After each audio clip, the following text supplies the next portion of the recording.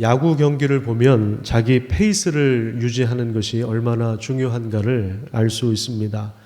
자기 공을 던져야 됩니다. 투수는. 또 타자는 자기 스윙을 해야 됩니다. 연습한 대로, 자기가 훈련한 대로, 자기가 준비한 대로 경기장 안에서도 그것을 펼쳐 볼 수 있어야 하죠. 그런 사람이 야구를 잘하는 사람입니다. 그런데 막상 이제 실전에 들어가면 관중의 함성 소리도 들리고 또 승리와 패배의 어떤 그 갈림길에 놓이기도 하고 또 환호와 야유 속에서 또 요즘에 악성 댓글들이 얼마나 많습니까? 그러니까 이제 이 심리적인 부담이 굉장히 많지만 자기가 준비하고 자기가 연습하고 자기가 훈련한 것을 어떻게 펼쳐 보이느냐에 따라서 결과가 달라집니다. 어떤 투수들은 새가슴이라고 하는 별명을 가진 사람도 있어요. 불펜에서 연습할 때 던질 때는 선동열처럼 잘 던져요. 그런데 막상 이 마운드만 올라가면 막 몸이 굳어지고 막 떨리고 긴장이 되니까 자기 공을 못 던지는 거예요. 그래서 막 다른 선수를 맞히기도 하고 이상한 데로 던지기도 하고 공이 가운데 몰리기도 하고 그러니까 막 실컷 얻어 터지는 거예요. 볼링을 칠 때도 마찬가지입니다. 자기 폼, 자기 페이스를 유지하는 것이 중요합니다. 다른 선수가 어떻게 하든 그게 중요한 게 아니라 내가 어떻게 하느냐, 이게 참 중요합니다. 공부하는 것도 그렇습니다. 다른 애들이 어떻게 공부하느냐, 물론 우리가 참고할 필요는 있겠지만 거기 너무 이렇게 예민하게 반응할 필요는 없습니다. 우리 장사하는 것도 그렇죠.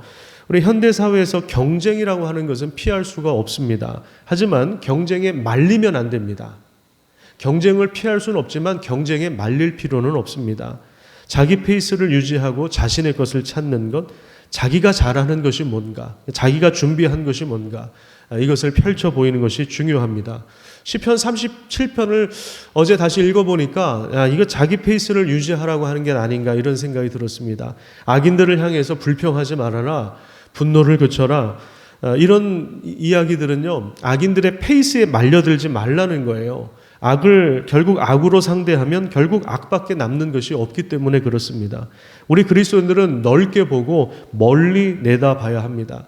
지금 당장은 아주 교묘하게 속임수 쓰고 새치기 하고 이 편법을 쓰는 사람이 성공한 것처럼 보이지만 하나님은 모든 것을 눈여겨 보십니다. 14절을 한번 볼까요? 37편 14절을 보면 좀 재밌기도 하지만 참 무서운 이야기가 나옵니다. 악인이 칼을 빼서 악한 사람들을 넘어뜨리려고 하지만 결국 그들은 무엇을 찌르고 있다고 이야기합니까? 자기 양심을 찌르고 있다. 15절에 보면 자기 양심을 찌르고 있다, 이렇게 말씀하고 있습니다. 자기 파멸을 향해서 가고 있다는 것입니다. 그러니까 우리가 굳이 악인들의 그 페이스에 말려들 필요가 없습니다. 그래서 로마서 이런 데 보면 선으로 악을 이기라, 악을 악으로 갚지 말고 선으로 악을 이기십시오, 이렇게 권면하고 있습니다. 그래서 선으로 악을 이기는 방법에 대해서 시편 37편에 보면 굉장히 좀 여러 가지 방식, 여러 가지 표현으로 우리에게 명령을 주고 있습니다. 우선 3절을 보면요, 하나님을 신뢰하십시오. 네, 화면을 보시면 됩니다. 제가 정리해놨으니까 하나님을 신뢰하고 선을 행하고 성실하게 살라. 여기 우리 개역개정에는 성실을 먹을거리로 삼을지어다 이렇게 표현했는데 이건 그냥 성실하게 살아라, 이런 말씀입니다. 4절에 보면 하나님을 기뻐하라고 하십니다. 5절에는 너의 길을 하나님을 맡기라 이렇게 말씀하고 있고요.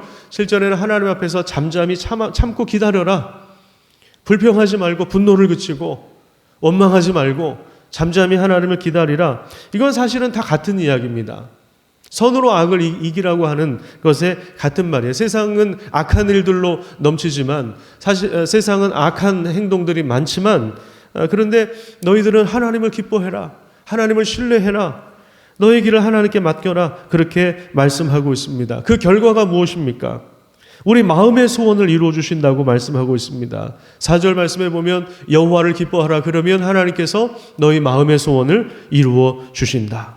우리가 가고자 하는 길에 대하여 하나님이 책임져 주시고 이루신다는 것입니다. 그리고 우리의 의를 밝게 빛나게 해주시고 결정적으로 오늘 본문에 보면 땅을 차지하게 하신다, 이렇게 말씀하고 있습니다. 9절 말씀을 우리 다시 한번 읽도록 하겠습니다. 9절, 자 시작. 진실로 악을 행하는 자들은 끊어질 것이나 여호와를 소망하는 자들은 땅을 차지하리로다. 아멘. 한번 크게 한번 아멘 해볼까요? 아멘. 여러분들이 부동산을 많이 소유하신 은혜가 있기를 축복합니다. 웬일로 제가 저런 설교를 할까 이제 이런 생각하실 분도 있을 것 같아요. 악인의 운명, 의인의 삶이 아주 분명하게 대조가 되죠. 시편 1편에 나온 의인과 악인의 대조.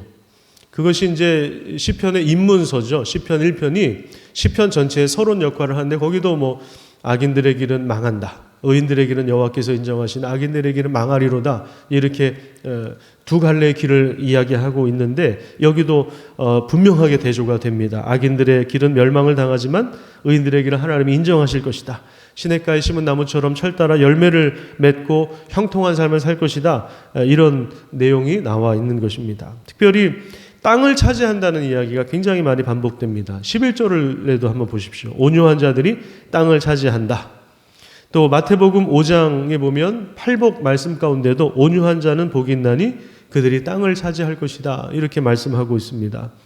22절에도 보면 땅을 차지한다는 이야기가 나오고 29절에도 또 34절에도 땅을 차지한다. 이런 약속이 반복되고 있습니다. 근데 여기서 그러면 이 땅은 어떤 의미가 있을까요? 자, 우선 우리가 느헤미야서 8장을 이틀에 걸쳐서 살펴봤는데요. 이스라엘 민족은 땅을 빼앗겨 본 경험을 했던 사람들입니다. 땅을 빼앗겨 봤어요. 그게 얼마나 고통스러운 경험이었는가를 아주 절절하게 그들의 역사 속에서 경험했습니다. 그들에게 있어서 땅이라고 하는 것, 오늘날 우리가 가진 부동산의 개념하고는 좀 다릅니다. 이스라엘 백성들에게 있어서 땅은 하나님의 약속과 관련이 있는 거예요. 하나님이 아브라함에게 약속을 해주셨잖아요. 내가 너에게 지시할 땅으로 가라. 하나님의 약속, 언약의 말씀과 긴밀한 관계가 있어요. 이스라엘 백성들에게 있어서 땅은 하나님이 복을 약속해 주신 땅입니다. 이스라엘 사람들에게 있어서 땅은 그래서 근원적인 축복이라고 생각했습니다. 하나님의 창조 세계와 연결되어 있는 것입니다. 요한계시록 마지막에 보면 만물이 회복될 때 그리스도께서 다시 오시고 만물이 회복될 때 그래서 그것을 새 하늘과 새 땅이라고 표현했는데 하늘과 땅은 창조의 두 가지 축입니다.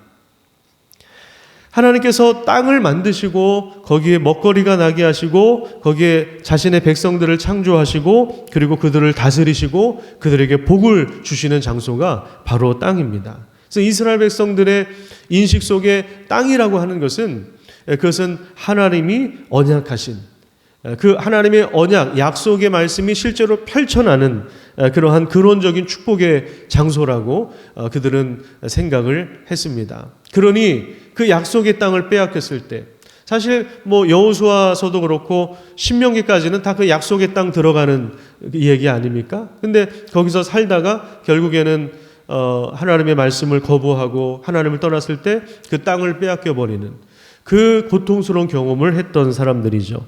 레위기 25장 23절에 보면 이런 말씀이 나옵니다.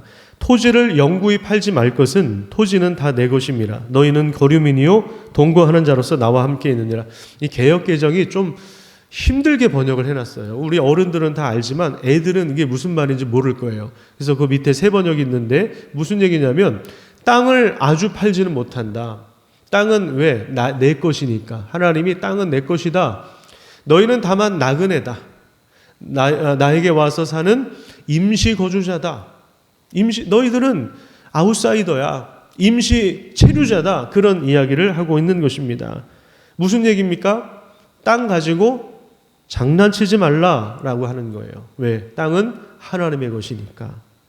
참된 지혜와 복은 하나님의 다스림 안에 살면서 우리는 그 다스림 안에서 본향을 향하여 가는 나그네로 살아가는 것입니다. 세상에서 주류가 되고 기독교 제국을 건설하는 것, 이것이 목적이 아니라 우리는 나그네이지만 본향을 향하여 가는, 하나님이 약속하신 그 본향을 향해서 가는 그 나그네로서의 하나님의 목적을 이루는 삶을 살아가는 것이다. 이렇게 말씀하고 있는 것입니다. 세상에서는 목소리가 큰 사람, 권력과 힘을 가지고 있는 사람, 요즘엔 돈이 곧 권력이고 돈이 곧 힘이죠. 교묘하게 속임수를 쓰는 사람, 머리를 잘 쓰는 사람이 땅을 차지하는 것 같습니다. 실제로 그렇습니다. 하지만 성경은 온유한 자가 땅을 차지할 것이라고 말씀하고 있습니다. 여기서 온유하다라고 하는 것, 그래서 우리 화면을 보면서 같이 한번 읽어보겠습니다. 온유하다는 것. 자, 시작. 온유하다는 것은 자신의 힘과 능력으로 자기 입장을 관철하기 위해 가진 수단과 방법을 사용하지 않고 자신을 내세우지 않는 사람입니다. 그 이유는 그렇게 하지 않을지라도 하나님이 모든 것을 주관하셔서 선한 결과를 이끌어내실 것이라는 믿음이 있기 때문입니다. 이게 성격적인 걸 얘기하는 게 아니에요. 좀 스타일상에 좀 이렇게 우유부단하고 이렇게 자기 목소리를 못 내고 이런 걸 얘기하는 게 아닙니다. 그런 성격적인 걸 얘기하는 게 아니라 자기 입장을 관철시키기 위해서 뒤에서 온갖 술수를 쓰는, 수단과 방법을 가리지 않고 사용하거나 자신을 내세우는 어떤 이런 정치하지 않는, 정치는 좋은 말이에요. 정치라는 자체는 좋은 말인데 그 뒤에서 하는 정치 있잖아요. 술자리에서 사실 판결이 일어나잖아요. 그 검사들하고는 술자리에서 이미 거기서 판결이 나는 거예요. 이게 불의한 세상에 살고 있는 겁니다. 돈 있는 사람들, 권력 있는 사람들은요, 이 재판정에서 결정이 일어나는 것이 아니라 사실은 밀실에서 접대받으면서 사실은 거기서 결정이 일어나는 거죠. 뭐 대학 입시도 마찬가지고 지금도 얼마나 심한 이 부정과 불의가 있는 세상에 사는지 몰라요. 근데 온유하다는 건 뭐냐면 이런 가진 수단과 방법을 사용하지 않고 자신을 내세우지 않는 거예요. 왜? 그렇게 하지 않을지라도 하나님이 모든 것을 주관하시고 결국에 선한 결과를 이끌어내실 것이라고 하는 것을 믿기 때문에 거기에 대한 자신감이 있는 거예요. 이 온유하다는 것은. 거기에 대한 자신감이 있다는 거죠.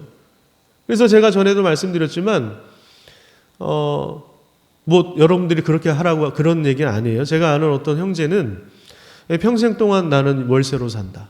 내 이름으로 된 소유를 가지지 않는다. 너무 망가져 있으니까 세상이. 나까지 거기에 참여하고 싶지 않다. 여러분들한테 그렇게 살라는 얘기는 아닙니다만은 이런 가치를 가지고 사는 형제도 있습니다. 물론 불안하대요. 불안하죠. 얼마나 불안하겠습니까? 전세 사는 사람도 불안한데 월세 사는 사람은 얼마나 불안하겠습니까? 역사의 진행이 하나님께 달려있고 인간의 행복이 하나님의 손에 달려있다는 사실을 믿는 사람들이 바로 온유한 사람들입니다. 그들이 땅을 차지할 것이다. 성경은 약속하고 있습니다. 여기서는 풍성한 화평으로 즐거워할 것이다. 이렇게 말씀하고 있습니다.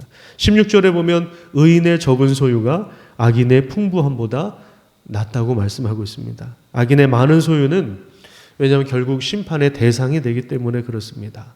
하지만 의인의 적은 소유는 하나님이 주시는 약속하신 땅에서 풍성함을 누리는 재료가 되는 것입니다. 4절 말씀을 다시 한번 볼까요? 하나님을 기뻐하면 마음의 소원을 이루어 주신다. 여기서 그러면 우리 마음의 소원이라고 하는 게 뭔가? 31절과 깊은 연관성이 있습니다. 31절을 한번 보세요. 거기 보면 그 마음에 뭐가 있다고 이야기합니까? 그의 마음에는 하나님의 법이 있다. 그래서 그의 걸음은 실족함이 없다. 우리가 하나님을 신뢰하는 삶을 살아간다면, 우리가 하나님을 기뻐하는 삶을 살아간다면 우리 마음에 새로운 소원이 생겨납니다. 그게 뭐냐면 하나님의 법이 가득해지는 거예요. 하나님의 법이 가득해지는 것입니다. 예를 들면 한나의 기도를 한번 생각해 보십시오. 아이를 낳지 못해 괴로움을 당하고 있었습니다. 그의 대적이 그의 마음을 요동치게 합니다. 그래서 서글퍼서 한이 맺혀서 하나님 좀 나에게도 자녀를 주십시오. 아들을 좀 주십시오. 이렇게 기도를 시작했는데 기도하면서 그 마음속에 하나님의 법이 생겨나는 것입니다. 이스라엘을 향하신 하나님의 마음을 깨달았습니다. 그 당시 성전이 얼마나 부패한 곳이었는지, 제사장이 얼마나 부패한 곳이었는지, 그래서 하나님의 말씀이 임하지 않는, 하나님의 이상이 보이지 않는 그런 암울한 그런 모습들을 발견하면서 하나님의 마음을 깨닫습니다. 그래서 그의 기도가 어떻게 바뀌냐면 하나님이 아들을 주시면 내가 원수를 갚겠습니다. 이게 아니라 아들을 주시면 내가 하나님께 바치겠습니다. 하나님을 향한 그 열망이 그녀의 마음을 사로잡은 것입니다. 기도하다 보면 실제로 이런 일들이 벌어집니다. 처음에는 원통해서 억울해서 기도를 시작했는데 기도를 하다 보니까 하나님의 법이 우리 마음에 가득하게 되는 거예요. 그 이후에 한나의 기도를 통해서 하나님은 이스라엘 왕정 시대를 출범시키는, 그래서 사울 왕과 또 다윗에게 기름을 부은 사무엘 선지자죠. 사무엘 마지막 이스라엘 사사라고 할 수 있는데, 사무엘을 주셨을 뿐만 아니라 그래서 사무엘은 이제 성전에 바쳐진 바 되었고, 그 뒤에도 한나에게 줄줄이 자녀들을 낳게 하셨습니다. 이건 보너스죠. 하나님 풍성하게 채워주시는 거예요. 그래서 기도가 정말 복이에요. 기도하는 게요 정말 복입니다. 기도를 통해서 하나님 우리 마음의 곁가지들을 이렇게 쳐내십니다. 예, 우리 농사 짓는 분들을 잘 아시겠지만 이 곁가지를 쳐내야 거기서 정말 풍성한 열매가 나오는 거죠. 보너스도 줄줄이 주시는 것입니다. 보너스가 뭡니까? 우리한테는 유정란이 되겠죠. 시편 37편 전체가 사실은 이런 말씀들로 가득 차 있습니다. 누구를 신뢰할 것인가? 어떤 방법을 우리가 선택할 것인가? 어떤 길을 선택할 것인가? 우리에게 계속해서 질문을 던지는 것입니다.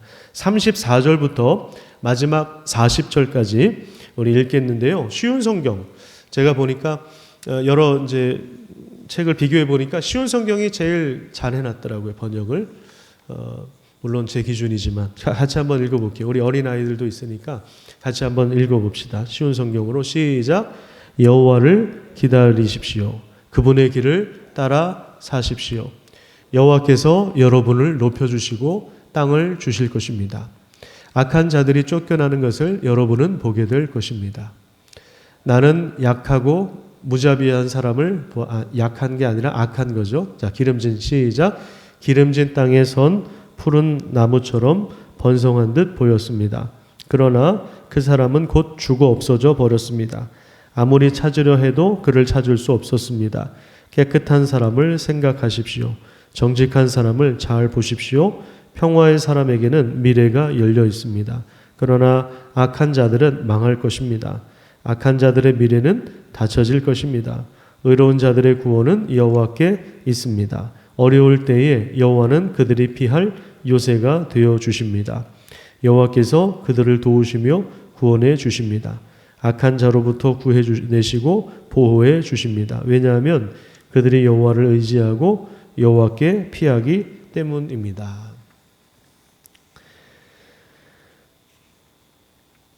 이것이 이제 37편의 마지막 이야기입니다. 우리가 오늘까지 이제 4번에 걸쳐서 느헤미야 2번, 또 시편 37편 2번을 통해서 느헤미야를 통해서는 하나님과의 관계가 회복되는 것, 이것이 이제 우리에게 기쁨을 준다는 것을 우리가 함께 살펴봤습니다. 기쁨의 원천은 하나님께 있기 때문에 하나님과의 관계가 회복되지 않으면 아무리 기뻐하라고 해도 기뻐할 수가 없는 거죠. 왜냐하면 우리가 살고 있는 세상은 우리의 기쁨을 빼앗아 가거든요. 계속해서 빼앗아 갑니다. 이런 세상, 특별히 이제 37편을 통해서는 우리 이웃들과의 관계 속에서 정말 이 악하고 불의한 세상이거든요. 그러니까 느헤미야는 하나님과의 관계를 중심으로 봤다면 지금 여기 37편에서는 이웃과의 관계 속에서, 세상과의 관계 속에서 우리의 기쁨을 빼앗겨가는 이런 상황 속에서 불의한 세상 속에서 우리가 어떻게 우리 페이스를 유지할 것이냐, 여전히 기뻐할 것이냐라고 하는 부분들을 우리가 살펴봤고요.